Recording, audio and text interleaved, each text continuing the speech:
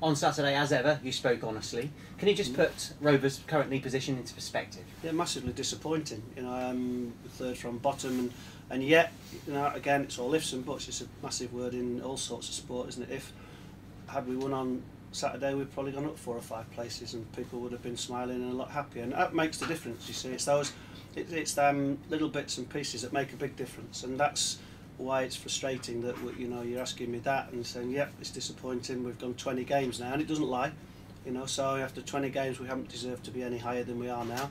And when we get the 5 or 6, you say, okay, when it settles down I'll talk to you about it. And now it has settled down, and we're really disappointed that we're in the position we are in, but it is something we've got to deal with. The fact you spoke about the R word publicly on Saturday, Yeah.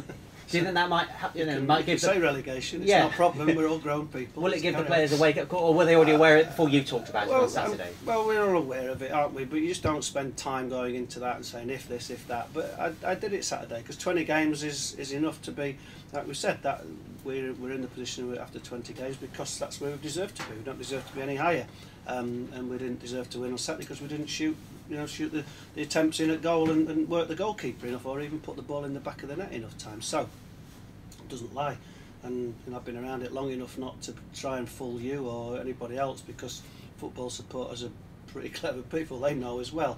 And whilst they've been really supportive here, I think they would look at me if I tried to deflect all of that. So hang on a minute, you know, what's John on about here?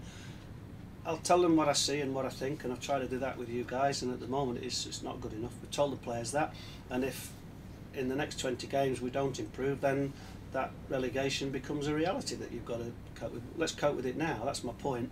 Let's look at it now and say, okay, does it frighten you? Well, if it does, then we'll find that out and we'll try and move on. If it doesn't frighten you, let's have another go at it. At the moment, the team has had a right good go at most games, and we've lost 2 out of the last 10. They've both been by an odd goal. They've both been games that we've been in, obviously with those tight scorelines. So how do they want me to be this morning? You know, if my chin's on the floor, then you can bet your life 20 footballers are going to be the same. So it's down to me, down to my staff to go picking up and say, right, come on, there's lots of good things, let's go and work at that and push it on, and that's what this morning will be.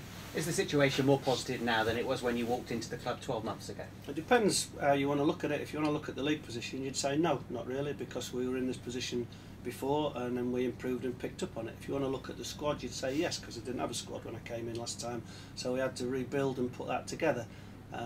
So people have different views on it than each other, but you know that the background of it is we're more stable, but the front of it is that we're not, because we're in the third from bottom spot and in danger of slipping out, but we're also in danger of moving up, and it depends how people want to see it.